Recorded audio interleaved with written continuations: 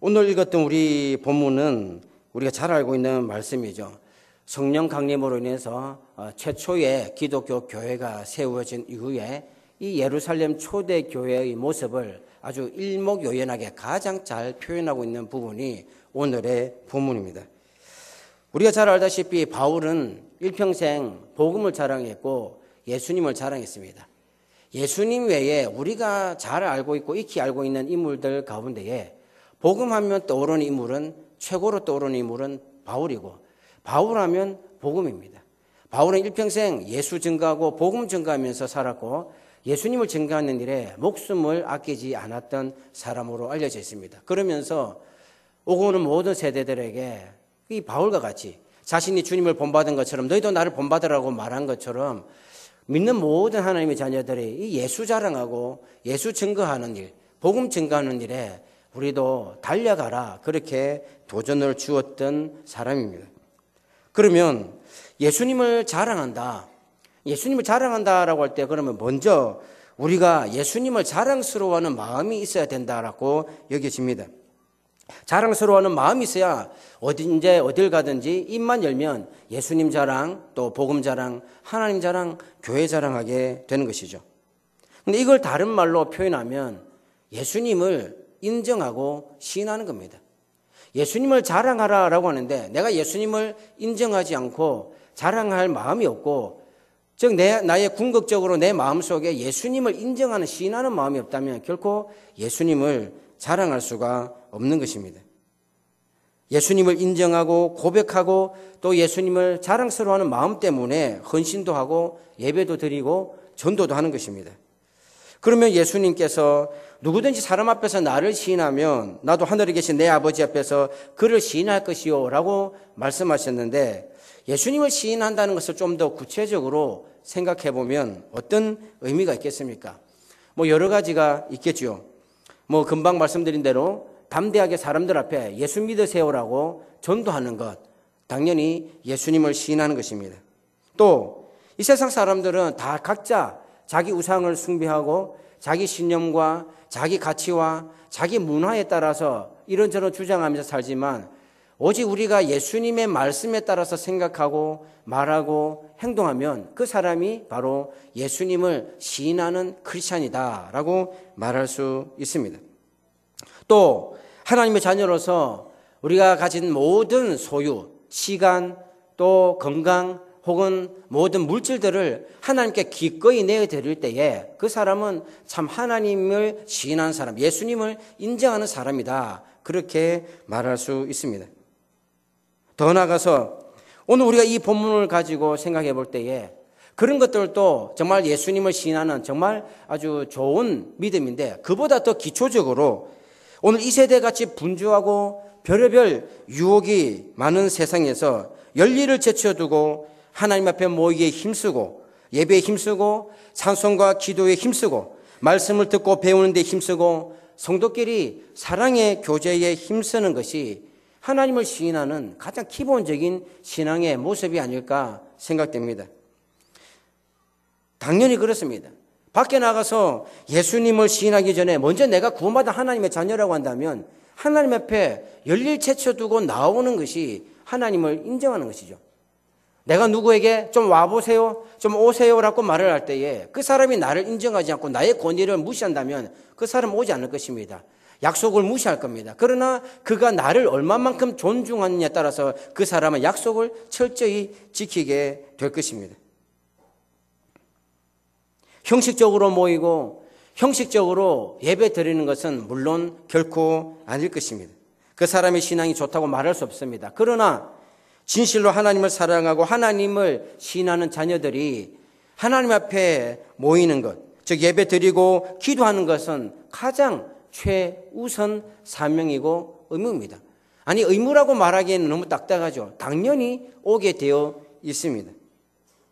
예수님께서 마태복음 18장 20절에서 두세 사람이 내 이름으로 모인 곳에는 나도 그들 중에 있느니라, 이런 우리가 잘 아는 말씀이 있습니다. 두세 사람이 모인 곳에 내가 그들 중에 있다 말씀하셨죠. 그런데 이 말씀은 그 앞에 18장 18절 19절과 같이 연결되는데, 진실로 너희에게 이르노니 무엇이든지 너희가 땅에서 매면 하늘에서도 매일 것이요 무엇이든지 땅에서 풀면 하늘에서도 풀리리라. 진실로 다시 너희에게 이르노니 너희 중에 두 사람이 땅에서 합심하여 무엇이든지 구하면 하늘에 계신 내 아버지께서 그들을 위하여 이루게 하시리라. 그리고 말씀하시는 것이 너희 중에 두세 사람이라도 내 이름으로 모이면 내가 그들과 함께 하겠다. 이런 말씀을 주셨습니다. 이것은 이런 의미입니다. 사랑하는 자녀들아, 너희들이 진짜 나를 믿는다고, 예수 믿는다고 고백하는 나의 자녀라고 한다면 모여라. 합심해서 기도해라. 그러면 역사가 일어날 것이다. 너희가 모여서 이 땅에서 풀면 내가 풀어줄 것이다. 너희가 이 땅에서 매면 내가 응답해서 매이게 할 것이다. 너희가 모여서 합심하는 만큼, 기도하는 만큼 내가 너희에게 시행할 것이다. 역사가 일어날 것이다. 바로 이런 뜻입니다. 너무나도 교회에 주시는 놀라운 축복과 권능의 말씀입니다. 정말 크리스찬들은, 예수 믿는 사람은 이 하나님의, 이 예수님의 진리의 변함없는 말씀을 확고하게 믿고 어떤 어려움이 있고 시련이 있고 유혹이 있을지라도, 정말 교회가 휘청휘청거리는 그런 위기가 있을지라도 이 말씀 믿고 어떻게든 모이기에 힘쓰고 합심해서 기도하는 데에 전력을 다해야 하는 것입니다.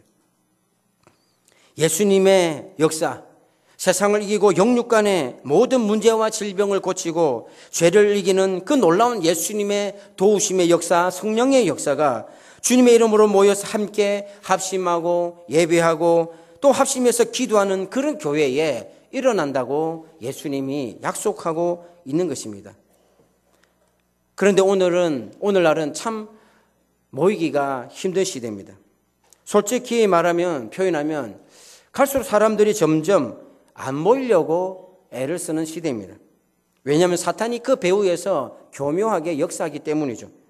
분주함, 정욕과 쾌락, 성공주의, 인본주의, 또 황금만능주의 등등으로 믿는 자들끼리 모여서 예배드리고 기도하고 헌신하고 교제하고 나가서 전도하는 것이 매우 귀찮게 여겨지게 하는 것입니다. 이런 현상이 비단 오늘날에만 있는 것이 아니죠. 2000년 역사 이래로, 기독교 역사 이래로 항상 사탄은 이런 마음을 사람들에게 심어주려고 그도 부단히 노력했습니다. 그래서 약 2000년 전에 히브리서 기자도 이렇게 썼습니다. 또 약속하신 이는 미쁘시니 우리가 믿는 도리의 소망을 움직이지 말며 굳게 잡고 서로 돌아보아 사랑과 선행을 격려하며 모이기를 피하는 어떤 사람들의 습관과 같이 하지 말고 오직 권하여 그날이 가까움을 볼수록 더욱 그리하자. 이 히브리서 기자가 이 구절을 통해서 애절하게 말하는 그 심장의 고동을 우리가 느낄 수 있어야 됩니다. 지금 이 히브리서 기자도 당대를 말세라고 보고 있습니다. 이 말세가 되어가면 갈수록, 주의 강림이 가까우면 올수록 사람들은 서로 관심이 없어집니다. 사랑이 더 떨어져 나갑니다. 믿는 자들도 계속 모이기를 피하고자 하는 소리에 귀를 기울이며 모이기를 피하는데 같이 합류하고 있다는 것이죠. 예수님을 붙잡는 신앙이 힘해지고 있다는 것입니다. 그렇게 하지 말자는 거죠.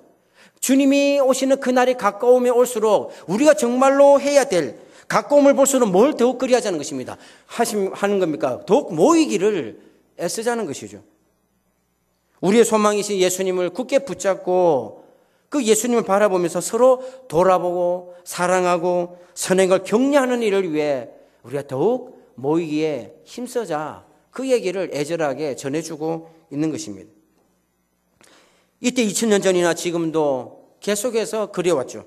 신앙이 떨어지고 하나님께 대한 불신앙이 성행할수록 사람들의 마음이 자꾸 경건해서 떠나가면 떠나갈수록 모이기를 피하고자 하는 여러 주장과 무리들이 생겨났습니다. 교회 가봐야 뭐하냐, 뭐 떡이 나오냐, 돈이 나오냐. 혹시 안 믿는 가족들 중에 그런 말 하는 분들도 있을 겁니다. 또 어떤 분들은 나 이 교회 가서 뭐 상처받아서 난 더 이상 이 교회 안 갈 거야.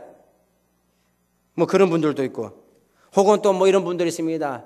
그래요, 목사님, 집사님, 권사님, 장로님, 마음은 저도 가고 싶은데 참 사는 게 힘들고 바빠서 먹고 살기 힘들어서 좀 기반 좀 잡으면, 좀 먹고 살만하면, 자식 놈들 대학 좀 보내면 그때 한번 나가겠습니다. 또 그러죠. 이번 주에는 무슨 약속이 있어서, 뭐 누구 결혼식이 있어서, 아주 중대한 일들이 있어서. 그 어떤 경우는 또 그러죠. 꼭 교회에 가야만 하나, 인터넷으로 예배 드리면 되지. 뭐 그런 얘기를 합니다. 이런 데에 대한 신학적인 부분은 제가 넘어가겠습니다. 자, 여러분에게 그럼에도 확실하게 예언 한마디를 하겠습니다. 말세가 가까워 오면 올수록 교회에 안 갈 핑계, 그리고 모이기를 피할 핑계는 더 많아질 거라는 것입니다. 두고 보십시오. 어린애로부터 노인에 이르기까지 애들이 줄어가고 있는 그 상황과 고령층이 많아지는 노인들의 상황에 이르기까지 이 나라가 정권이 어떻게 바뀌든지 간에 갈수록 교회에 안 모으려고 하는 핑계는 더 많아지고, 성도들을 대할 때마다 성도들은 못 나오는 핑계와 이유들이 더 많아지는 것은 분명합니다. 그래서 한 30년 전만 해도 생각 못했던 일들이, 교세가 특별히 약한 교회가 일어나죠. 뭡니까? 문을 닫는 거예요. 세상이 확 불어제끼는 그 교회에 모이기를, 예배에 모이기를 피하는 그들의 주장과 습관에 교세가 약해서 워낙 기본이 안 잡힌 교회들은 여기에 휩쓸리니까 좀 교회가 힘들어지고 문제가 생기면, 상처받으면 그나마 나오던 사람들 등을 돌리니까 옛날에는 생각도 못했던 교회가 문을 닫는, 뭐 영업하는 것도 아닌데 교회가 문을 닫는 일이 생기는 겁니다. 어느 목회자들이 개척해가지고 문을 닫는다고 생각이나 했겠습니까? 뭐 멋모르고 신대원 들어갔던 저 역시도 신대원 들어갈 때까지만 해도 그런 일은 전혀 생각도 한 적이 없었습니다. 하지만 아무리 교인 숫자가 작고 재정도 빈약하고 뭐 이런저런 좀 문제 있는 성도들이 들어오고 또 이런저런 어려움이 많아도, 그래도 성도들이 예배당에 모여서 예배드리기에 힘쓰고 전력해서 기도하기에 힘쓰면 그 교회가 망하겠습니까? 절대 안 망합니다. 작고 힘들지라도, 혹은 자립을 못해서 남의 도움을 받을지라도 결코 문 닫는 일은 없습니다. 결국은 요점은 그거예요. 힘든데 문 닫았다가 아니라 힘든데 모이기를 피하니까 문 닫은 거예요. 문제가 생겼는데 그걸 못 견디고 안 모이니까 문 닫는 겁니다. 교회가 왜 부흥하지 못합니까? 이 죄악된 세상이 끝나는 주님 재림하시는 그날까지 문제없는 사람 없고 문제없는 교회는 존재하지 않습니다. 그럼 어떤 교회는 부흥하고 어떤 교회는 부흥하지 않다 못해 쇠락하고 문을 닫습니까?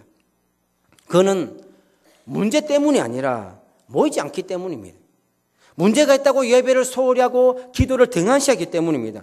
상처받고 내 마음에 안 든다고 예배를 빠지고 교회를 등지기 때문이죠. 하나님을 경외하고 하나님을 향한 믿음이 있는 교회는 어려움이 생길 때에 더욱 모으기를 힘쓰고 기도하기 때문에 그런 교회는 결코 망하지 않습니다.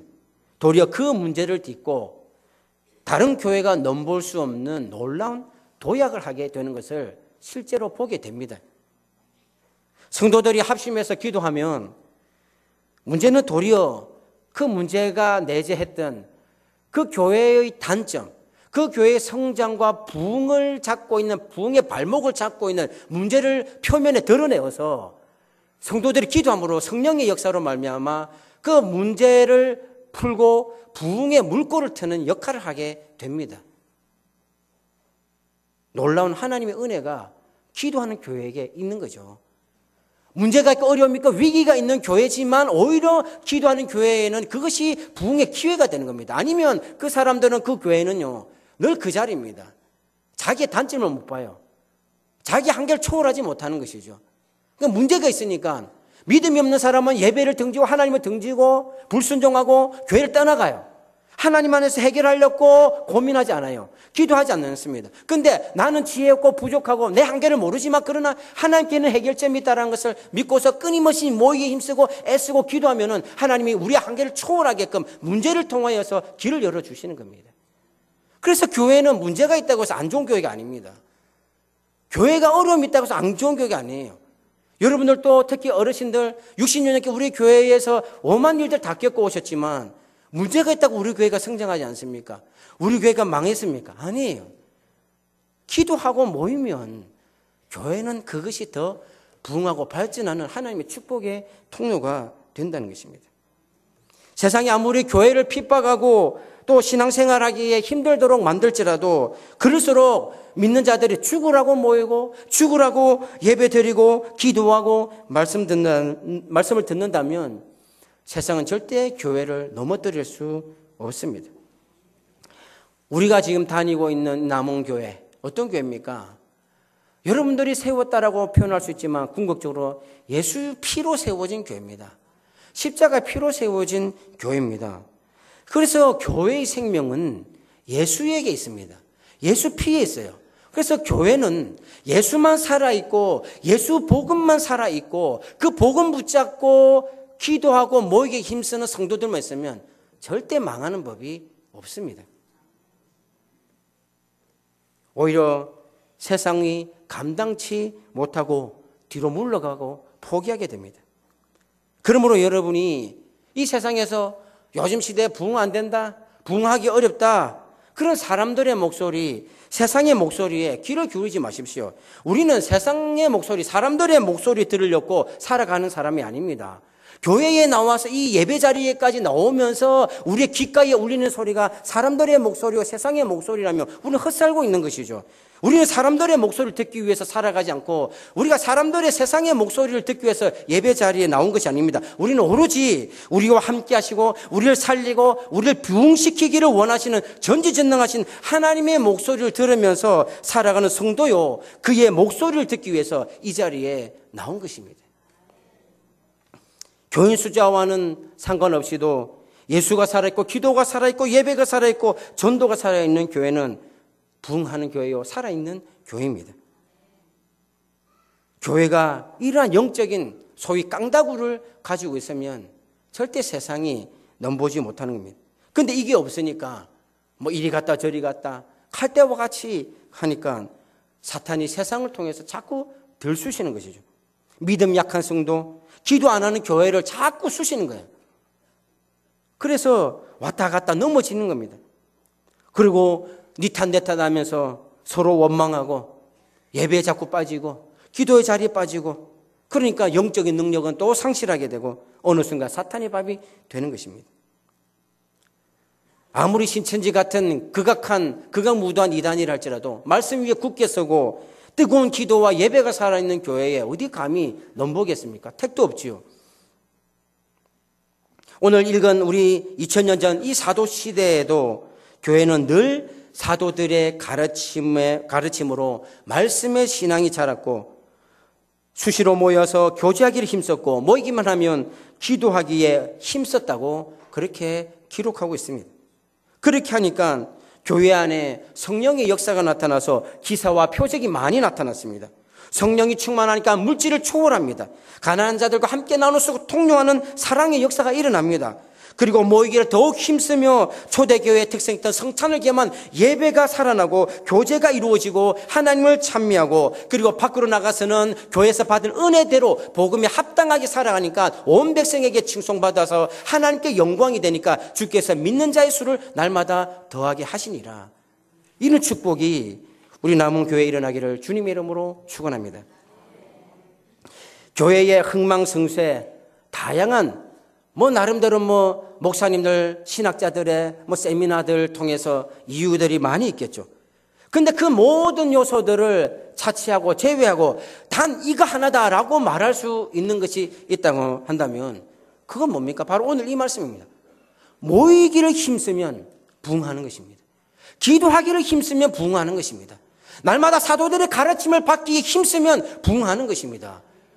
아무리 문제가 있고 목회자가 실수하고 중직자들이 실수하고 이래저래 여러 가지 어려움이 있을지라도 죄인된 이 공동체 가운데 어려움이 있어도 그래도 모이기를 힘쓰고 기도하기를 힘쓰고 예배기에 힘쓰고 말씀 배우는 데 힘쓰면 그게 절대 안 넘어집니다.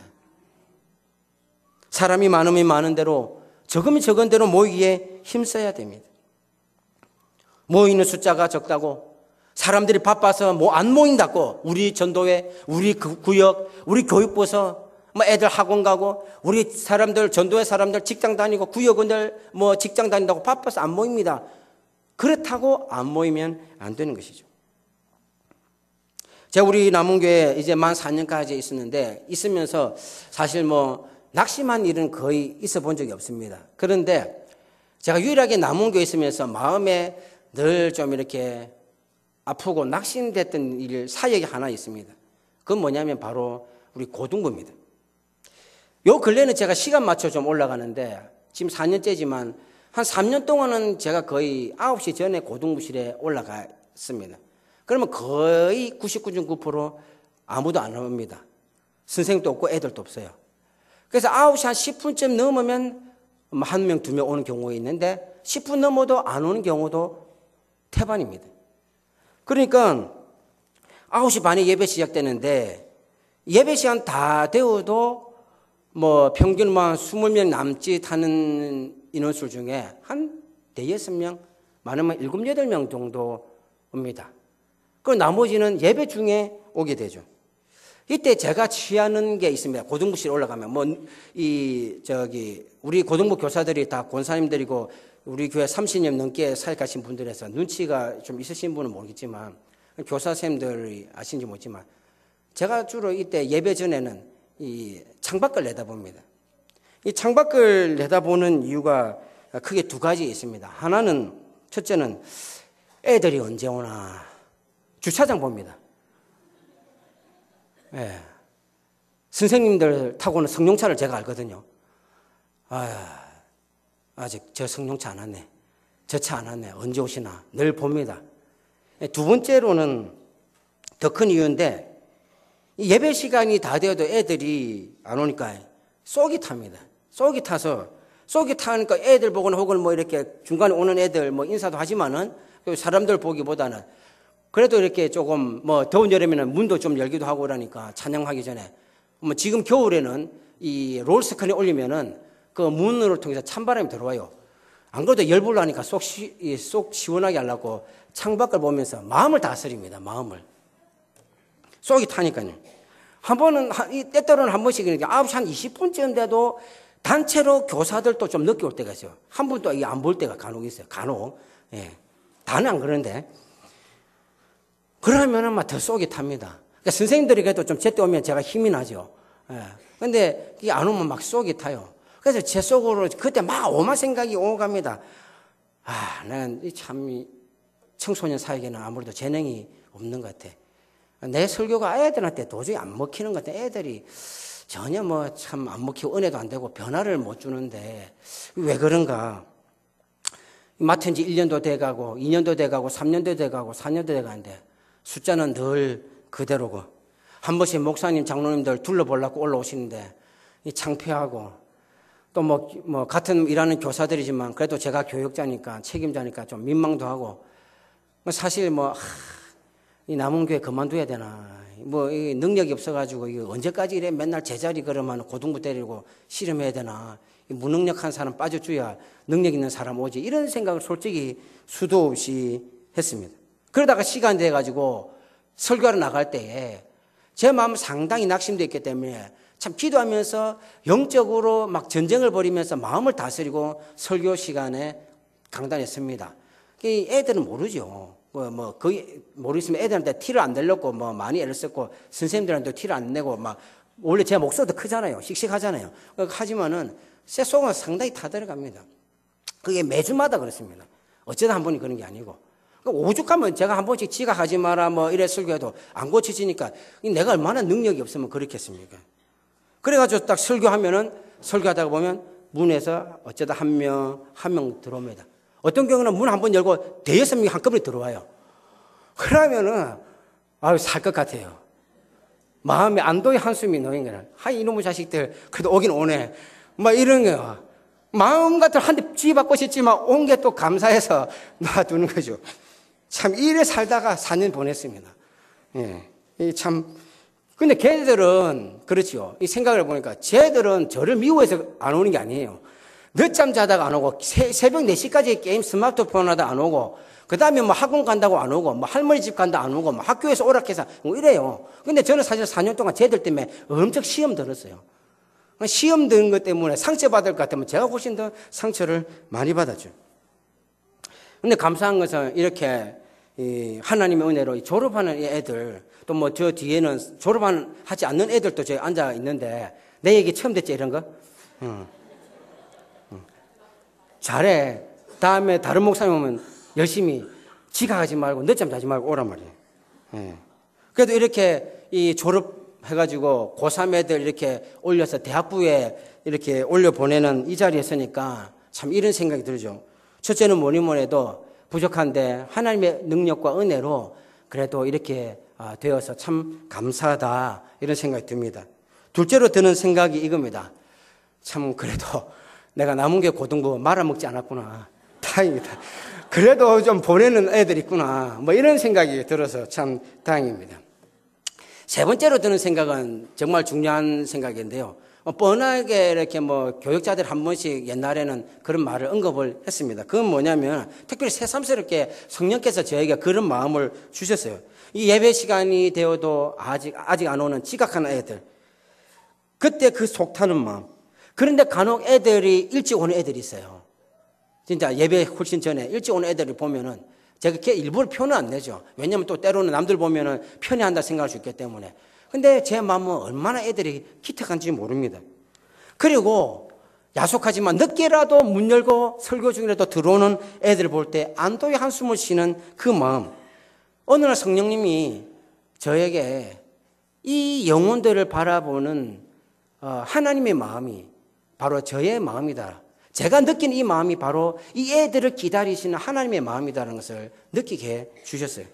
그리고 이런 마음으로 목회하라고 저를 목사로 부르셨다는 것을 새삼스럽게 깨닫게 됩니다. 사랑하는 자녀들이 예배에 안 나오고 지각하고 은혜 받는 일에 별 관심이 없고 영적으로 무감각할 때에, 그래서 뭐 예배 좀 빠지고 지각해도 전혀 답답함을 못 느낄 때 하나님의 기다리시는 그 마음은 얼마나 애가 타겠습니까? 마음이 부서지는 겁니다. 사람인 핏줄 안 섞인 저도 그런데 그 아들 예수의 피로 구원한 자기의 사랑하는 자녀가 하나님을 만나러 오는 일에 즐거움이 없고 기쁨이 없고 다른 것보다도 더 뒤로 미루고 있다고 한다면 우리 하나님의 그 속타는 마음이 얼마나 아프겠냐는 것이죠. 하나님의 자녀들이 나름대로 이유는 다 될지라도 특별히 아파서 못 일어나는 그런 누운 현상 외에는 사실상은 좀 잘라 말하면 그건 육신의 메인 이유고 세상의 메인 이유입니다. 신앙이 결단이 있다고 한다면 하나님이 최우선이기 때문에 하나님 앞에 나가기 마련입니다. 사람들은 다 자기 마음에 드는 대로 행동하고 말하는 법이죠. 사랑하면 지구 한 바퀴를 돌아서라도 찾아갑니다. 중요하다 싶은 일이라면 그 어떤 대가와 수고와 땀을 요구할지라도 기꺼이 치르고 성취하는 게 사람의 마음입니다. 꼭 만나야 할 사람이 있다면 그 비용이 얼마나 들든지 찾아가고 열일 제쳐놓고 갑니다. 그게 사람입니다. 하나님이 사람들에게 그런 마음을 심겨 놓으셨어요. 사람들이 그런 마음을 가진 것은 하나님이 그런 열정을 주셨기 때문입니다. 근데 중요한 거는 문제는 뭐냐면 하나님을 향해 이런 마음이 없다는 것이죠. 다른 일에는 열일 제쳐놓고 모든 대가를 지불하고라도 하면서 하나님을 만나는 일에는 그런 열심이 없다는 것이죠. 비용 지불이 전혀 없다는 것입니다. 그럴 때에 나를 구원하기 위해서 사랑하는 독생자 예수를 피 흘려 죽게 하신 하나님의 마음, 나를 위해서 십자가를 흘려 피 흘려 죽으신 그 예수님의 마음이 어떻겠습니까? 그 하나님이 나를 향해 나는 도대체 너에게 어떤 존재냐? 나는 너를 위해서 내 아들을 버렸는데 너에게 나는 어떤 존재냐? 나는 너를 위해서 십자가에서 고통 가운데 피 흘려 죽었는데 나는 과연 너에게 어떤 존재냐? 그렇게 물으시지 않겠습니까? 하나님은 오늘도 죄인된 저와 여러분이 하나님의 자녀이기 때문에 얼마나 사랑하시는지, 넘어지고 또 넘어졌지만 그래도 하나님 전에 이렇게 나와서 형제자매들끼리 손에 손잡고 찬양하고 기도하고 교제하는 거 보고만 있어도 기뻐하시는 분입니다. 우리가 함께 모여서 예배 드리고 합심해서 기도하면 얼마든지 하나님은 하늘 문을 여시고 능력을 베푸시겠다고 약속해 주셨습니다. 이 하나님의 마음을 모르고 우리가 계속 그 복음의 능력을 받지 못하고 살아가니 하나님 보실 때 얼마나 답답합니까? 하나님이 우리에게 주시는 그 마음을 모르고 늘 이기적으로 살아가는 철딱선이 없는 어린아이 같은 모습을 이제는 우리도 버려야 합니다. 그래서 예배는 율법으로 드리는 것이 아니라 마음으로 드리는 거예요. 마음으로. 하나님의 심정이 통하는 마음으로 드리는 거예요. 누가 올해서 오는 게 아니에요. 누가 흥금하러 사는 게 아니에요. 하나님의 마음을 알고 하나님의 마음을 경험한 사람이 가지 말해도 가고 헌신하지 말해도 헌신하는 거예요. 그게 신앙입니다. 저는 이 말씀을 통해서 부족한 저 자신과 여러분을 정죄하는 게 아닙니다. 정죄해서 변할 사람은 아무도 없습니다. 그게 아니라 하나님의 마음을 생각해 보자는 것입니다. 하나님의 마음이 어떠신지 느껴보자는 것입니다. 주의 강림이 가까워 오고 있습니다. 오늘 졸업 예배를 드리는 졸업생 여러분들, 그리고 상다 사랑하는 성도 여러분, 여러분이 있었기에 4년 동안 저는 행복했습니다. 여러분이 모이기에 힘썼고 기도하기에 힘썼기 때문에 저도 이 가운데서 사역을 온전히 해갈 수 있었습니다.